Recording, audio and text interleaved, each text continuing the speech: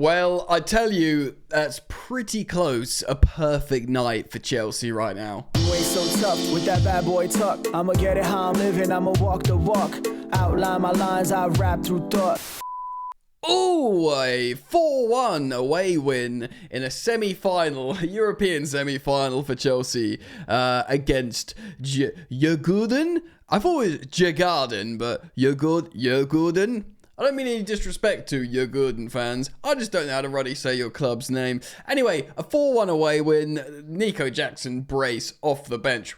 Bellissimo for that second goal, bro. Looking like, okay, we fixed Jackson. Nicholas Jackson has been repaired. Cole Palmer, I mean, technically he got an assist here, but yes, we will talk all about that as well. So a 4-1 away win. Like, even we got freaking 16-year-old Reggie Walsh coming off the bench and nearly scoring an absolute howitzer with his first touch in a European semi-final, which is incredible for us. Betis won 2-1 away at home against Fiorentina, which is kind of a perfectly poised tie, really. I'd probably prefer to play Fiorentina in the final, and they're very much in the tie still. And of course, the huge relevance point here for Chelsea is Nottingham Forest lost 2-0 at home to Brentford. Chelsea are in the top 5 with everyone having played 34 games. And yeah, we've got an opportunity to play, hopefully, drunk Liverpool, distracted Man United, who do look like they are through to the final of the Europa League, and that's, bigger fish to fry. And then, of course, 2 6-pointers against the likes of Newcastle United and this Forest team that have just lost 2-0 at home to Brentford, so we could be I'm feeling pretty good. I mean, I don't want to go early, but we won 4-1 away on an artificial pitch against a surprisingly raucous atmosphere in Sweden. I really didn't see that coming. And yes, we're way better than them, but that doesn't always mean you're going to beat them 4-1 away with, a rotated team that trying to find form again, all things considered. Look, man, Djurgården deserved to be in a European semi-final and we slapped them. Just because people say, it's an obligation for Chelsea to win the Conference League, it doesn't mean anything. You still have to play the games, win the games, score the goals. We've scored 37 ruddy goals in the competition. It's great fun, and I've been saying it, and I'm going to say it again. For this season, it's the perfect competition for Chelsea. So for all the people that want to slag it off and say, I'm happy to be in the Conference League for this season. I want to win it, and I want to never see it again. I want to win it and say, we're the only team in the world to win every single European trophy available. Certain clubs would be like, well, we're too good to have the opportunity to play in the conference. Fine, whatever, I dig it. But I want to be the only club who's won them all. And also, while we've got a young and, let's be honest, dysfunctional squad, just winning breeds confidence, lifting a trophy. Oh, this is what it feels like. I don't care what trophy it is, just to be like, we've been through a tournament together and we've won a trophy as a team. That means a lot for youth teams, for pub teams, for Sunday League teams, for Premier League teams. Win a trophy, completely European set. It's big, yeah? It's big. By the way, thanks for joining me. Welcome to Football Therapy. If you're feeling good, drop a like, and if you're not, drop a like anyway, and just tell me why in the comment section, because I'll always welcome the comments here. So look, we're going to look at this game here and talk about the performances, and we did concede a goal to a teenager, which has a poetic sense of irony here. Someone DM'd me on Instagram and said that Chelsea are going to try and buy him now, which made me laugh.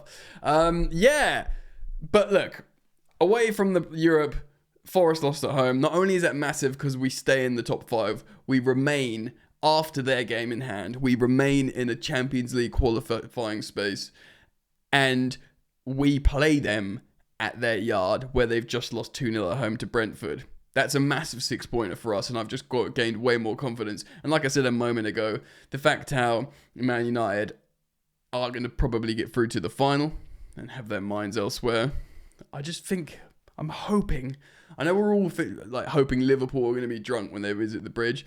I'm not so sure that's going to be the case. But suddenly I'm more confident for that Forest game. Yada, yada, yada. It's really, really big. Transition, please. There we go. All right, so we did play away in your garden. I wasn't playing in your garden. Chelsea were playing in your garden, or however you say it. And here it is.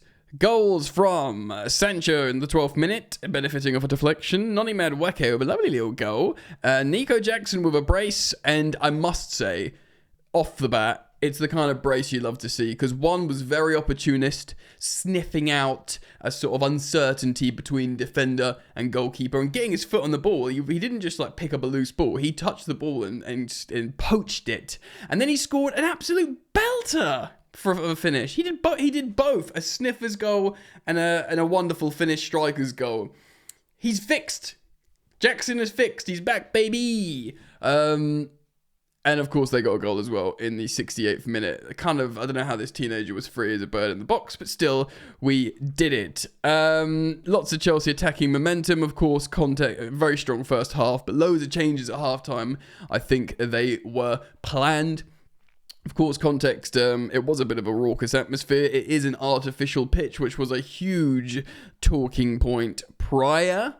And yeah, we needed to make sure we got a good result here. The minimum, probably, if we're honest, would have been, you could say a draw, but a narrow win because of what happened at home, and we battered them. Of course, the second half was a little bit more them. Nico Jackson in 45 minutes, winning man of the match there. Lovely stuff. They played a 4-2-3-1. We kind of played a 4-2-3-1. I'm going to look at the shape in just a moment, who played where, but Enzo Fernandez getting 2 assists, and, you know, yeah, Sancho scoring, Noni scoring, and Jackson getting a brace off the bench. Yeah, lots of changes. 5. 4 of them were half-time, so all except the late Reggie Walsh debut. And what a debut that could have been. Trevo for Cucurella, Palmer for Fernandez. Very much wrapping Fernandez up. Similarly, wrapping Reece James up for Caicedo coming on, keeping him warm for the weekend, and then Nico for Noni. And yeah, man, I'm going to talk about. I'm so pleased that Reece. Another big talking point for me here was was Reece James playing well in the midfield, because we know, I do think personally he's being played there to save his hamstrings largely, and he can pass and he's strong. And he can hit a long-range shot. And when you're playing centrally, you have more opportunity to hit long-range shots at goal rather than right back or right wing back or whatever he's done, or even right centre back. So that puts him in a strong position to do that, central defensive midfield. And some people would have been annoyed that he came off at half-time, but can I just say now, while it's in my brain, that I endorse it entirely.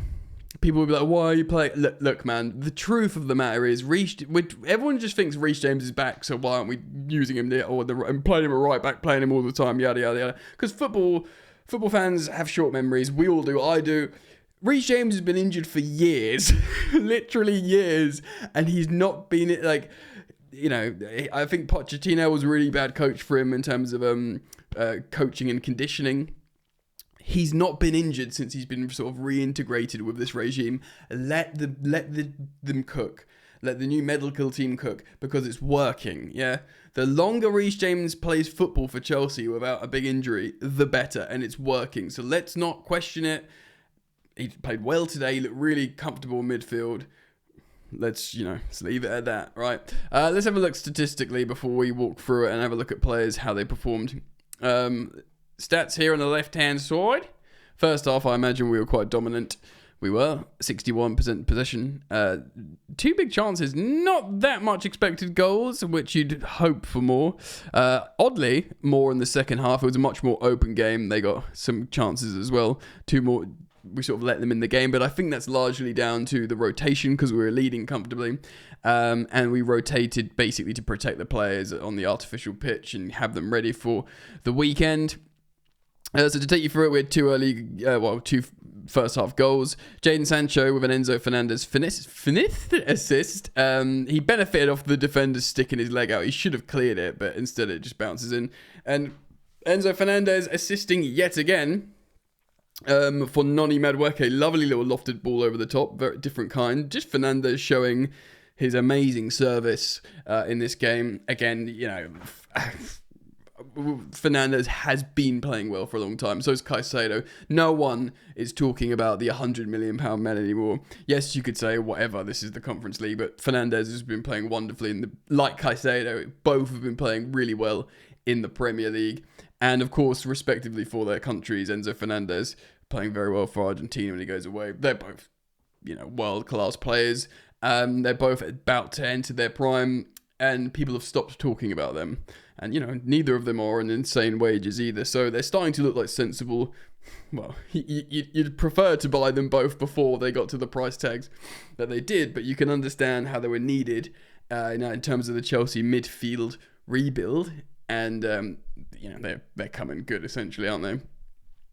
So we make all the changes at half-time, which looked like for the first, right up until this Jackson goal, it looked like it caused, understandably, a bunch of dysfunction when you change 4 players at half-time and the home team's going to have a team talk and come out. So right until the opening sort of 15 minutes in the second half was a little bit on the ropes. But Palmer, so we shouldn't get lost in the wash here, because people saw like a Palmer, moment where he basically just got inside his own head yet again. But let's not let it get lost in the wash here that Palmer got a really good assist for Jackson in terms of that ball was really good. It was the hard work from Jackson, the tenacity, getting between the defender and goalkeeper and getting boot on the ball. Great work from Jackson. But if you look at the ball, that's a great assist ball from Palmer. It shouldn't be forgotten. He's still getting the odd assist and playing well. It's just when he's getting to shooting positions, he's getting inside his own head, And then, of course, Caicedo playing the ball in for Jackson, who rolls it with his right foot and absolutely whips it with his left boot as like an elite. Like the ball control to finish was absolutely incredible. I actually just had to check. He is right-footed. I thought he was right-footed, and he scored a belter with his weak foot. Like, he rolled it, controlled it with his right foot, his strong foot, and whipped it with his left foot. Jackson is fixed. He's fine. He is fine. He did the whole, celebration, yada, yada, yada. And you can, bro, say, it's Jurgen from Brazil. Fine. The way he rolled in a moment like that, control and finish like that, I don't care who's standing in goal. I don't care if it's cones in front of him, if it's a shooting exercise and there's no one there, goalkeepers or players. Just where he put that, how he controlled it first, was excellent. It was an amazing goal, and both goals were very, very good. And I'm very pleased for Nicholas Jackson. There was a sort of set piece. Was it a set piece situation when they scored? And I'm not going to... Let's try and pronounce his name then, shall we? Alema Yahu. The young teenager ghosted it and finished. He basically was way free as a bird, essentially, and shouldn't have been. And of course, lovely moment, 16-year-old Walsh coming on and nearly scoring a howitzer with his first touch. And it was very exciting. And if it went in, that would have sort of been the perfect night, even with the goal conceded, because it would have been 5-1. And for the fifth to be that moment would have been absolutely incredible, really. All right, so let's talk about performers. We don't need to talk about Enzo Fernandez. He's amazing.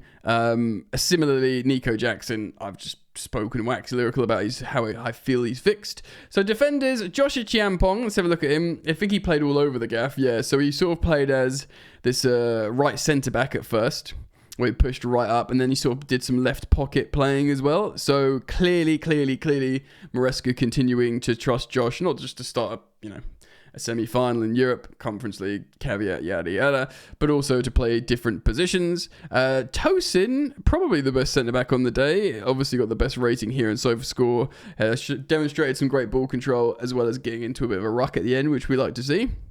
Jorgensen surprising me, making 2 great saves in this game. And in a game like this, when you're dominating and, it's easy for, especially as a second keeper, just to sort of have a cigar in your mouth while your team's dominating. But he came up big for 2 saves. He absolutely deserves a mention for that. I'm very pleased with Reece James playing as a sort of CDM here. 45 minutes, he did well. He made a key pass. He got 0.5 expected assists, won the majority of his ground duels, had a good game, looked comfortable, was doing some great disguised passes and lofted passes, and wrapped up 45 minutes. Thank you very much. And then Moises Caicedo can see it out. Tyreek George, obviously he's not a striker. He did play different positions here. He started as a striker and then moved over to right wing for a little bit. Not much to sort of talk about, but he's been good in this competition. He played his part in a win here. Dewsbury Hall, hopefully, touch wood, we win the Conference League. And then hopefully for his own career development, we sell Dewsbury Hall and he goes and plays as the leading man somewhere. But, on the ball, showing for the ball and making the right decisions, we're through the looking glass now, people, because he looks at times better than Cole Palmer, which blows my mind. In terms of Cole Palmer is a crisis of confidence. Let's have a moment talking about Cole Palmer. I've looked at enough of it. You can talk about which pocket he's playing in. You can talk about trying to play him on the right wing. It's a nonsense playing him on the right wing. He's not a chalk on his boots winger. He wants to come inside, he wants to play make, and he wants to take shots off. He's not going to 1v1 dribble like Bukayo Saka. So no, don't play him on the right wing. Play him in a free role where he can affect the game like Maresca has been doing all season. It's a crisis of confidence. I'm sorry, bro. You can talk about when we played transitional football, it suited him better, playing goals in behind, balls in behind. You got an assist today. It's not about that. It's about him in front of goal having a psychological block. It's nothing to do with the style of football. Maybe the style of football has changed his certain confidence in certain moments, maybe. But it's not a tactical blockage that's preventing him from performing. He's got inside his own head.